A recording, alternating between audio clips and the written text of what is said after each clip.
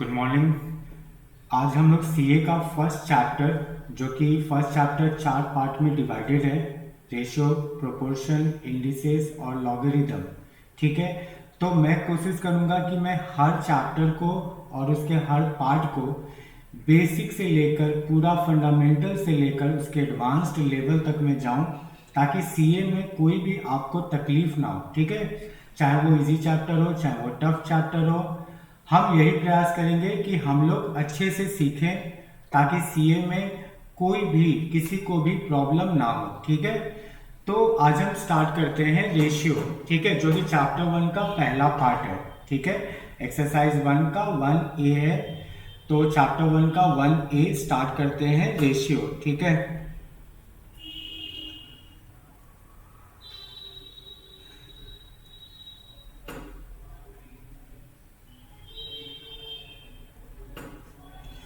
अच्छा, सबसे पहले रेशियो होती क्या है? रेशियो का मतलब है सिंपलेस्ट फॉर्म। ठीक है, रेशियो का मतलब है सिंपलेस्ट फॉर्म। तो सिंपलेस्ट फॉर्म मतलब क्या, किस तरीके का? जैसे कि एक एग्जांपल लेके चलते हैं। जैसे मान लो कि हमें रेशियो निकालना है, रेशियो ऑफ 100 एंड 200। ठीक है, इसका रेशियो चाहिए। तो हम लोग क्या करेंगे, 100/200, या तो इसको आप ऐसे लिख सकते हो या फिर इसको आप ऐसे भी लिख सकते हो, दोनों ही वे है। ठीक है, आपको क्या करनी है, यहाँ पे जो रिड्यूस हो रहा है आप उसको रिड्यूस करोगे, तो फाइनली क्या बचा, 1/2। उसके हम लोग 1:2 उसे लिख सकते हैं। ठीक है, तो ये है सिंपलेस्ट फॉर्म। ये समझ में आया?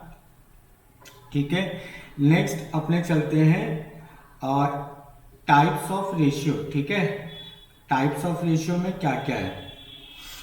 तो टाइप्स ऑफ रेशियो में देखो आप, टाइप्स ऑफ रेशियो सबसे पहले, टाइप्स ऑफ रेशियो। ठीक है, तो टाइप्स ऑफ रेशियो में सबसे पहले है डुप्लीकेट रेशियो। ठीक है, डुप्लीकेट रेशियो क्या है? डुप्लीकेट रेशियो क्या है, इसमें हम लोग क्या करते हैं? तो डुप्लीकेट रेशियो में हम लोग क्या करते हैं, square of original, square of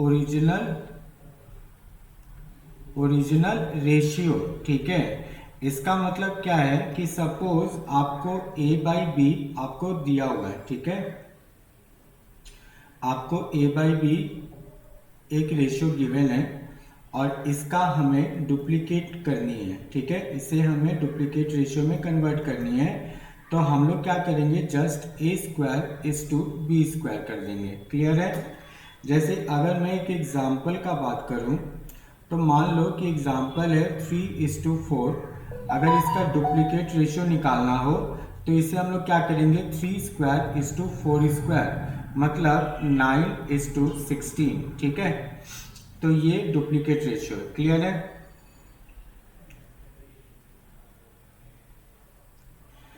ठीक, सेकंड रेशियो जो है वो है सब डुप्लीकेट रेशियो।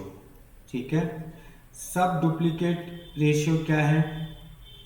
सब डुप्लीकेट रेशियो, देखो सब डुप्लीकेट में क्या करना है, अपने डुप्लीकेट में क्या किए थे, स्क्वायर किए थे, है ना? तो सब डुप्लीकेट में हम लोग क्या करेंगे, जैसे A/B रेशियो है। ठीक है, तो उसका जब सब डुप्लीकेट निकालना हो, सब डुप्लीकेट निकालना जब हो, तो अपने क्या करेंगे, ऊपर न्यूमरेटर का स्क्वायर रूट और नीचे डिनोमिनेटर का स्क्वायर रूट। ठीक है, तो अपने को स्क्वायर रूट करनी है। क्लियर है? जैसे अगर मैं एक एग्जांपल का बात करूं, सपोज एक एग्जांपल अगर मैं लूं, जैसे 4:9 एक ओरिजिनल रेशियो गिवन है। अगर इसका सब डुप्लीकेट निकालना है तो हम लोग क्या करेंगे, √4/√9। ठीक है, तो ये हो जाएगा √4 का 2, √9 का 3। ठीक है, तो ये 2/3 ये आंसर हो जाएगा। ये सब डुप्लीकेट हो गया। क्लियर है? अच्छा, अब जैसे मान लो कि तीसरा इसका जो टाइप है, तीसरा टाइप है ट्रिप्लीकेट रेशियो। ठीक है, ट्रिप्लीकेट रेशियो ट्रिप्लिकेट रेशियो क्या है? ट्रिप्लिकेट रेशियो में हम लोग क्यूब करते हैं ओरिजिनल रेशियो का, क्यूब ऑफ ओरिजिनल रेशियो, ठीक है, क्यूब ऑफ ओरिजिनल रेशियो। तो इसका मतलब कि सपोज A:B आपका एक रेशियो है, ओरिजिनल रेशियो है, उसका अगर हम ट्रिप्लिकेट निकालेंगे तो ये हो जाएगा A⁴:B⁴, ठीक है। जैसे अगर हम एग्जाम्पल का बात करें तो लेट एग्जाम्पल आप लोग 2:3 एक ओरिजिनल नंबर है, ओरिजिनल रेशियो है, इसका अगर ट्रिप्लिकेट निकालना है तो 2⁴:3⁴ ऐसे कर देंगे, ठीक है। 2³ 8 और 3³ 27, तो ये हमारा आंसर आ जाएगा, ठीक है ना। उसी तरीके से अगर फोर्थ रेशियो का बात करें, जो फोर्थ टाइप है वो है सब ट्रिप्लिकेट। बहुत सिंपल है, ये याद रखना। सबसे पहले डुप्लीकेट है, फिर सब डुप्लीकेट है। डुप्लीकेट में अपने क्या करते हैं, देखो रिवीजन भी करते रहना, ठीक है, ताकि हमें याद हो जाए वो चीज़। तो डुप्लीकेट में क्या करनी है हमें, डुप्लीकेट में हम ओरिजिनल रेशियो का स्क्वायर करते हैं, क्लियर है। सब डुप्लीकेट में क्या करते हैं हम लोग, सब डुप्लीकेट में देखो फिर से मैं बता रहा हूँ, डुप्लीकेट में हमने क्या किए, ओरिजिनल रेशियो का स्क्वायर किए जस्ट, ठीक है।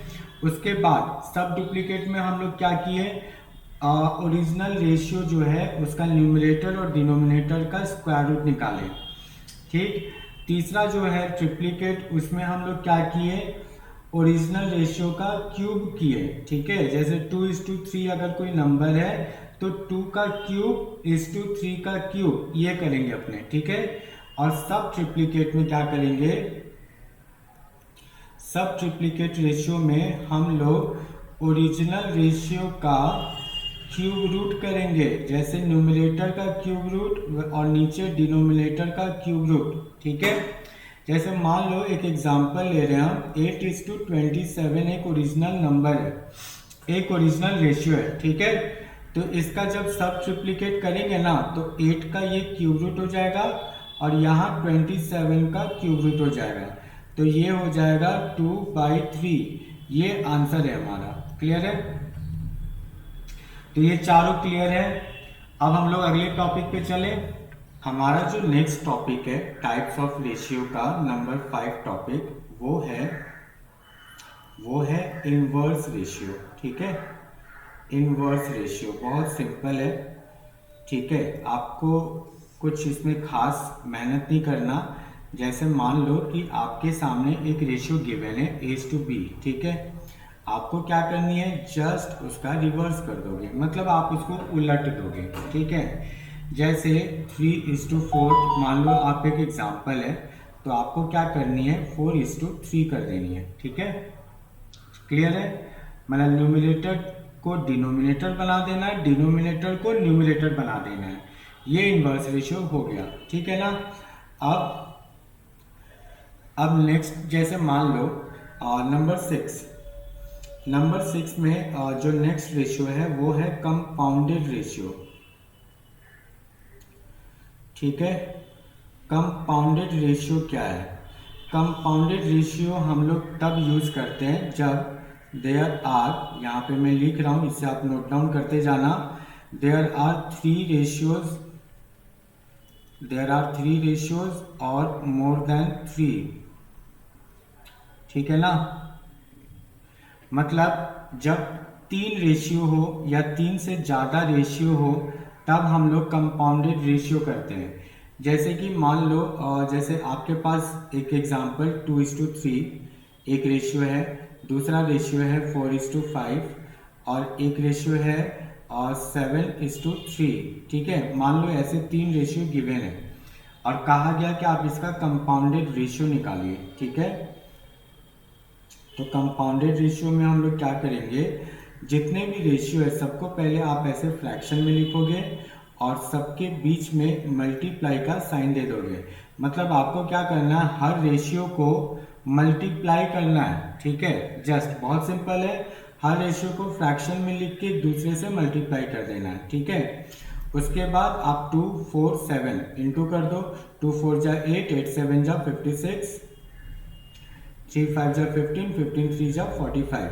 अच्छा, यहाँ पे पहले आप चेक करोगे, अगर ऊपर नीचे क्रॉस इन केस अगर कुछ कट रहा है तो उसको काटोगे, अगर नहीं कट रहा तो बस आप मल्टीप्लाई करके लिख दोगे, वही आपका आंसर हो जाएगा। ठीक है, चेक कर लेना, क्योंकि हम लोग रेशियो हमेशा सिंपलेस्ट फॉर्म में लिखते हैं, तो इसीलिए चेक करना ज़रूरी है। और नहीं कटेगा तो आप अपना आंसर डायरेक्टली लिख दोगे, ये आपका कंपाउंडेड रेशियो का आंसर आ जाएगा। क्लियर है? चलो, अब जितना अभी हम लोग पढ़ें या सीखें उस पर कुछ सम्स प्रैक्टिस करते हैं। ठीक है, जैसे प्रैक्टिस के लिए मैं एक सम ले रहा हूँ। जैसे मान लो फाइंड, ठीक है, find compounded ratio, find compounded ratio, find compounded ratio of duplicate ratio of half,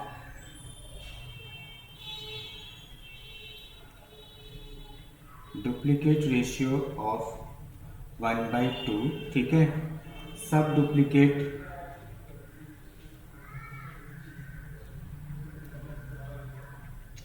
sub duplicate ratio of 4/9। ठीक है, और triplicate, triplicate of 1/3 and inverse of 3/4। ठीक है, देखो हम लोग अभी जितना टॉपिक समझे हैं वो सभी टॉपिक इसमें कवर किया है मैंने। ठीक है, तो ये क्वेश्चन आपके ICAI वाले बुक में भी मिल जाएगा, और ये इम्पोर्टेंट क्वेश्चन भी है, CA में ये आता भी है, पूछे गए हैं कई बार। तो जैसे क्वेश्चन है कि find compounded ratio of duplicate ratio of half, sub duplicate ratio of 4/9, triplicate of 1/3 and inverse of 3/4। ठीक है, तो कंपाउंडेड का मतलब मैंने क्या कहा था कि जितने भी रेशियो हैं आपको मल्टीप्लाई करनी है, यही है ना। तो सबसे पहले आप लिखोगे यहाँ पे, और जैसे आप कंपाउंडेड रेशियो निकाल रहे हो, ठीक है, तो यहाँ पे आप लिखोगे compounded ratio, compounded ratio is equal, ठीक है, डुप्लीकेट ऑफ हाफ, ठीक है, इनटू सब डुप्लीकेट, सब डुप्लीकेट ऑफ 4/9 इनटू, ठीक है, triplicate of 1/3 into inverse of 3/4। ठीक है ना। तो अब इसमें डुप्लीकेट ऑफ 1/2, तो 1/2 का स्क्वायर करना है, डुप्लीकेट करना है। ठीक है, तो डुप्लीकेट में अपने क्या किए थे, ऊपर का स्क्वायर 1 का स्क्वायर 1, 2 का स्क्वायर 4। ठीक है ना, सब डुप्लीकेट करना है 4/9 का, तो स्क्वायर रूट करेंगे अपने, 4 का स्क्वायर रूट 2, 9 का स्क्वायर रूट 3। ठीक है ना, ट्रिप्लीकेट में हम लोग क्यूब करते थे, तो 1 का क्यूब 1, 3 का क्यूब 27, और इनवर्स में अपने उसको रिवर्स कर देते थे, मतलब उलट देते थे, तो 3/4 का 4/3 हो जाएगा। ठीक है, तो यहाँ पे अब क्या कट रहा है उसको काटोगे, 4 4 कैंसिल हुआ और कुछ नहीं कटने वाला है ना, तो 2 और नीचे 243। ठीक है, तो 2/243 ये हमारा आंसर है। ठीक है, अच्छा इसी क्वेश्चन में एक और चीज है, जैसे इस क्वेश्चन में एक और चीज ये है कि इसी क्वेश्चन को घुमा के भी दिया जाता है। ठीक है, अब घुमा के क्या दिया जाता है, जैसे मैं इसी में समझा दे रहा हूँ। ठीक है, इसमें एक चीज है कि सपोज करो कि यहाँ पे आपका ये हटा दे, ठीक है, आपका ये हटा दे। ठीक, चलो मैं वापस लिख दे रहा हूँ, यहाँ पे 3/4 कर दे बस। ठीक है, तो अब अपने क्या करेंगे, अब मेरा क्वेश्चन ये है, देखो ये जो क्वेश्चन है ना ये बहुत इंपॉर्टेंट है, आप मेरे तरफ से गारंटी लो, ये बहुत बार पूछा गया है और बच्चे इसमें बहुत बार मिस्टेक किए हैं। इसमें अब बस छोटा सा माइनर डिफरेंस है और कुछ खास नहीं है, आपको कंपाउंड रेशियो ही निकालना है, सब कुछ वही है, डुप्लीकेट है, सब डुप्लीकेट है, ट्रिप्लीकेट ऑफ दिस एंड 3/4। यहाँ से मैंने इनवर्स हटा दिया, ठीक है। तो इसका मतलब क्या हुआ, एक चीज देखो, जैसे इंग्लिश सेंटेंस में जब हम लोग कॉमा यूज करते हैं तो लास्ट का, जैसे एग्जांपल्स दे रहे हो साइंस में, हिस्ट्री, ज्योग्राफी, किसी भी चीज में, तो हम लोग कॉमा जब यूज करते हैं बहुत सारे, तो लास्ट में कॉमा को एंड करने के लिए हम लोग एंड यूज करते हैं, है ना। तो ये जो सेंटेंस है ये बिल्कुल उसी तरीके का है, ठीक है। देखो कॉमा दिख रहा है, डुप्लीकेट रेशियो 1/2 कॉमा, सब duplicate ratio 4/9 comma, triplicate of 1/3, और इसी कॉमा को एंड करने के लिए हम लोग एंड यूज किए 3/4। तो यानी आपका यहाँ पे ये करना है कि 3/4 जैसे है, बस आपको एज यूजुअली नॉर्मली उसको ले लेना है, उसमें कुछ करना नहीं है, ठीक है। बस इंटू यहाँ पे लिखोगे 3/4।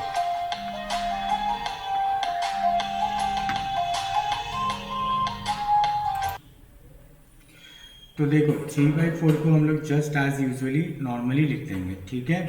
तो अब यहाँ पे क्या करना है, जैसे डुप्लीकेट ऑफ 1/2 था तो 1/4 हम लोग लिख दिए, सब डुप्लीकेट 4/9 2/3 लिख दिए, ट्रिप्लीकेट 1/27 हो गया, और यहाँ पे इनटू में अब ये आपको सिर्फ 3/4 लिखना है, ठीक है। 3/4 अलग से, वो सेपरेट नंबर है, उसका आप ट्रिप्लीकेट मत कर देना। बहुत बच्चे ये समझते हैं कि ट्रिप्लीकेट इसका भी है और प्लस इसका भी है, तो ये बिल्कुल अलग है, सेपरेट है, कंफ्यूज मत होना, वो बस एज नॉर्मली उसको ले लेना है, ठीक है। उसके बाद अब आप इसको क्रॉस करो, जो भी आएगा फिर वो आपका आंसर हो जाएगा। तो जैसे मान लो यहाँ सिर्फ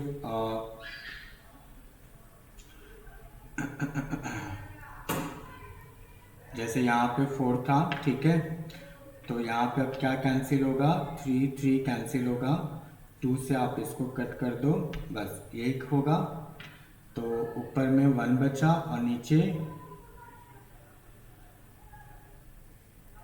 216। क्लियर है, तो ये आपका आंसर हो गया, समझे।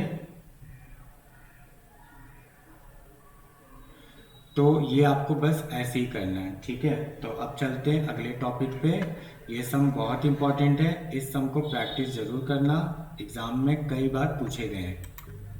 रेशियो में कुछ क्वेश्चंस थियोरेटिकल भी पूछे गए हैं, बहुत कम, बहुत माइनर क्वेश्चंस पूछे गए हैं, बहुत क्वांटिटी वाइज देखा जाए तो बहुत कम मार्क्स के थियोरेटिकल क्वेश्चंस आते हैं, लेकिन आते हैं, तो वो बताना भी मुझे ज़रूरी है। तो प्लीज़ ये थोड़ा रेलिवेंट है, आप ध्यान देना यहाँ पे, ठीक है। जैसे मान लो जैसे रेशियो में एक चीज यहाँ बताना है, रेशियो में आपका अगर रेशियो सपोज A/B दिया हुआ है, ठीक है, तो यहाँ पे जैसे दो केस हो सकते हैं, एक हो सकता है कि A ग्रेटर देन B हो और एक हो सकता है A लेसर देन B हो, है ना। तो जब A ग्रेटर देन B होगा तो इसे हम लोग कहते हैं ग्रेटर इनइक्वालिटी, ठीक है, ये याद रखना। कहने का मतलब कि अगर आपका न्यूमरेटर ज़्यादा होगा तो उसे कहेंगे ग्रेटर इनइक्वालिटी, ठीक है। अगर आपका न्यूमरेटर कम होगा तो उसे कहेंगे लेस इनइक्वालिटी, ठीक है ना। ये याद रहेगा, इजी है। जैसे एग्जांपल के तौर पे सपोज करो कि 5/7 एक रेशियो गिवन है, तो ये इसमें A लेस देन B है ना, तो ये क्या हो गया, ये लेस इनइक्वालिटी हो गया, ठीक है। अच्छा, सेकंड जो पॉइंट है इसमें, सेकंड पॉइंट है, और जैसे रेशियो में दो जैसे वेराइटीज है, ठीक है। जैसे मान लो कि पहला एक होता है इंटीजर फॉर्म और एक होता है नॉन इंटीजर, ठीक है, एक इंटीजर फॉर्म और एक नॉन इंटीजर।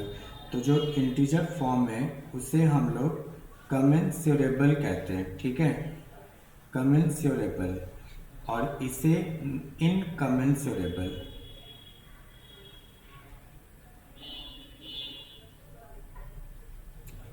ठीक है।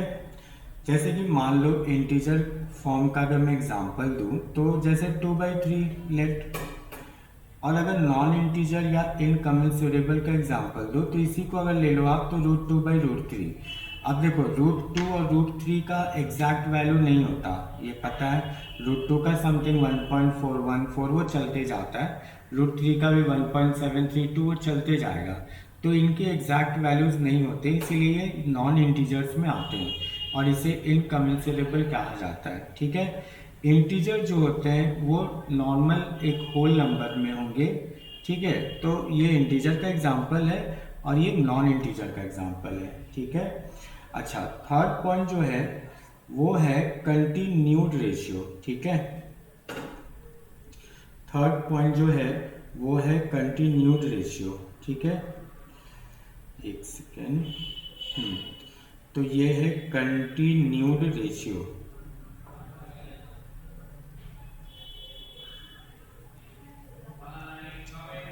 कंटिन्यूड रेशियो, ठीक है, इस कंटिन्यूड रेशियो जैसे कि इसमें 3 रेशियो गिवन होगा।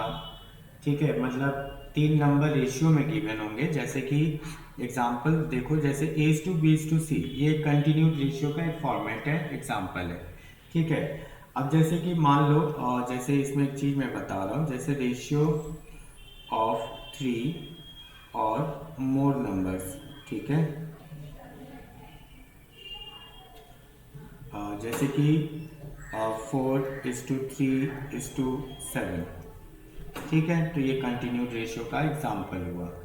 अच्छा, अब इस पे कुछ सम्स प्रैक्टिस कर लेते हैं ताकि ये पूरा कॉन्सेप्ट दिमाग पे बैठ जाए। ठीक है, तो चलो एक एग्जांपल लेते हैं हम। एग्जांपल है, जैसे मान लो ratio ratio of A and B. ठीक है, ए एंड बी का रेशियो है लेट 2:3। ठीक है, और ratio of B and C का रेशियो है सपोज 4:5 लेट। ठीक है, तो आपको फाइंड करना है A/B/C, ये फाइंड करना आपको। ठीक है, तो इसमें इसको आप करेंगे कैसे, देखो ध्यान देना, बहुत सिंपल है। सबसे पहले लिखोगे आप A/B, क्योंकि रेशियो A एंड B है ना, यहाँ पे A एंड B गिवन है, रेशियो दिख रहा है, तो A/B यानी 2/3 हुआ। ये क्लियर है? ठीक है, वैसे ही B/C का जो वैल्यू है वो 4/5 है। क्लियर है, इजी है, बस इसको आप उतार दिए यहाँ पे। ठीक है, अब आपको क्या करना है, देखो ध्यान देना, जैसे अब इन दोनों में, जैसे इसमें और इसमें आपको कॉमन अल्फ़ाबेट खोजना है। कौन सा लेटर कॉमन है, तो कौन सा लेटर कॉमन है, बी कॉमन है, दिख रहा है, क्लियर है, दोनों में बी कॉमन है। तो यहाँ पे बी का वैल्यू क्या है, 3 है, यहाँ पे बी का वैल्यू क्या है, 4 है ना। तो इसका जो नंबर है, ये वाला जो b का वैल्यू 3 है, ये नंबर को आप यहाँ पे ऊपर नीचे इंटू कर दोगे। क्लियर है, और यहाँ पे जो b का वैल्यू 4 है, इससे आप यहाँ पे ऊपर नीचे इंटू कर दोगे। बस यही करना है। सबसे पहले क्या करना है कि हम लोग को कॉमन लेटर खोजना है। कॉमन लेटर जब मिल जाए तो अपने को क्या करना है कि उन दोनों नंबर्स को एक दूसरे के साथ ऊपर नीचे इंटू कर देना है। ठीक है, मतलब इसका नंबर इसमें ऊपर नीचे और इसका नंबर इसमें ऊपर नीचे इंटू कर देना है, याद रहेगा। उसके बाद क्या करना है, आपको इंटू करके लिख देना है। ठीक है, काट मत देना, 4 है काट दिए, काटने के लिए नहीं लिखा गया है। ठीक है, अब इसको इंटू कर देना, 4×2=8, 4×3=12। ठीक है, यहाँ पे 4×3=12, 5×3=15 लिख दिए। अब एक चीज वापस ध्यान से देखो यहाँ पे, अब यहाँ पे b का वैल्यू 12 और यहाँ पे भी b का वैल्यू 12 है ना, दोनों में b का वैल्यू सेम हो गया। अपने को सेम ही करना था, और सेम जब हो जाएगा तब अपने यहाँ पे लिख सकते हैं A/B/C का वैल्यू। ठीक है, जब सेम हो जाएगा तभी हम लोग इसका वैल्यू लिख सकते हैं, तभी निकाल सकते हैं। तो A का वैल्यू है 8, B का वैल्यू है 12 और C का वैल्यू है 15। ठीक है, ये आंसर होगा। क्लियर है? एक और सम्स करें। मान लो कि ratio of A and B 2:5 ले लेते हैं, और बी एंड सी ये 3:4 ले लेते हैं। ठीक है, ठीक है। तो बस इसको वैसे ही A/B 2/5 और B/C 3/4 ऐसे लिख दिए। ठीक है ना। तो इसमें B का वैल्यू है 5 और इसमें B का वैल्यू है 3। ठीक है, दोनों में B कॉमन है, इसमें B का वैल्यू 5 है, इसमें B का वैल्यू 3 है। ठीक है, तो अब क्या करना है, इंटू करेंगे। ये जो 5 है ये यहाँ पे इंटू करेंगे, और ये जो 3 है उसे हम लोग यहाँ पे इंटू करेंगे, है ना। तो ये इंटू हो गया कितना आया 6/15, और ये इंटू हो गया कितना आ रहा है 15/20। क्लियर है। तो उसके बाद अगर अब हम A/B/C निकालें, देखो दोनों में B का वैल्यू सेम हो गया ना, यहाँ पे 15 है, यहाँ पे 15 है। क्लियर है। तो अब हम लोग ABC निकाल सकते हैं। तो A का वैल्यू 6, B का वैल्यू 15 और C का वैल्यू 20। ठीक है ना। तो ये आंसर हो जाएगा। क्लियर है। चलो अब नेक्स्ट टॉपिक इसमें और भी है थोड़ा बहुत, उसके बाद ये चैप्टर खत्म हो जाएगा। आई थिंक आपको मज़ा आ रहा होगा, समझ में आ रहा होगा, और कोई भी डाउट है तो प्लीज़ बताना। देखो नेक्स्ट इसमें जो चीज़ समझना है वो समझो। पहले एक बेसिक सा चीज़ समझना है। ठीक है, मैं वो समझाने का कोशिश कर रहा हूँ अब आपको। जैसे मान लो कि आपसे बोला गया रेशियो निकालो 15:25 का। ठीक है, तो अपने क्या करते हैं, 15:25 यहाँ लिखते हैं। उसके बाद इसको जैसे 5 से दोनों रिड्यूस हो रहा है, 5 3 जा 5 5 जा, तो अपना क्या है आंसर 3/5, यही आया ना। तो यहाँ पे एक चीज़ आपने नोटिस किया कि हम लोग किए क्या, एक्चुअली क्या किए, ओरिजिनल नंबर में से जो कॉमन फैक्टर है उसे हम लोग हटा दिए, एलिमिनेट कर दिए, है ना। जो कॉमन फैक्टर है उसे हटा दिए, तो ये जो आया ये रिड्यूस्ड फॉर्म यानी सिंपलेस्ट फॉर्म आ गया।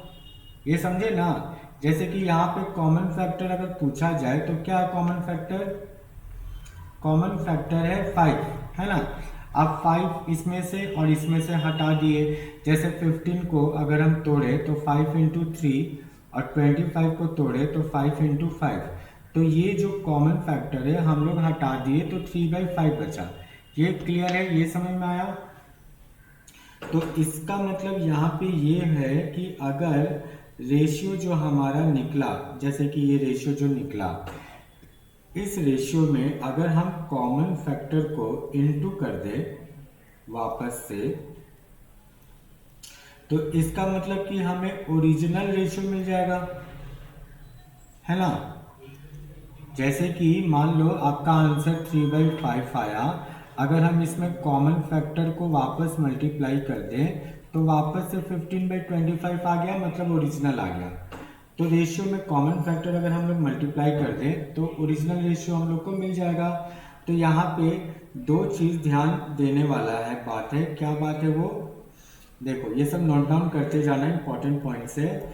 जैसे कि टू फाइंड रेशियो, हम लोग को जब भी रेशियो निकालना है वो टू फाइंड रेशियो, ठीक है, to find ratio eliminate the common factor, है ना, eliminate the common factor. Clear है।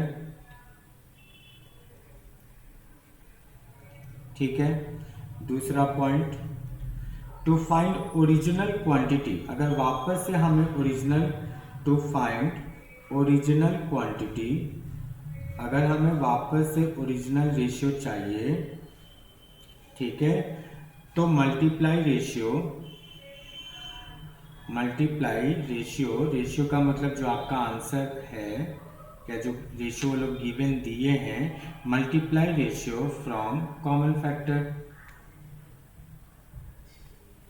ठीक है, समझे। अगर रेशियो निकालना है तो आपको कॉमन फैक्टर एलिमिनेट करना होगा। अगर वापस से ओरिजिनल रेशियो चाहिए तो गिवन रेशियो में कॉमन फैक्टर मल्टीप्लाई कर देंगे तो हमारा ओरिजिनल रेशियो आ जाएगा। क्लियर है?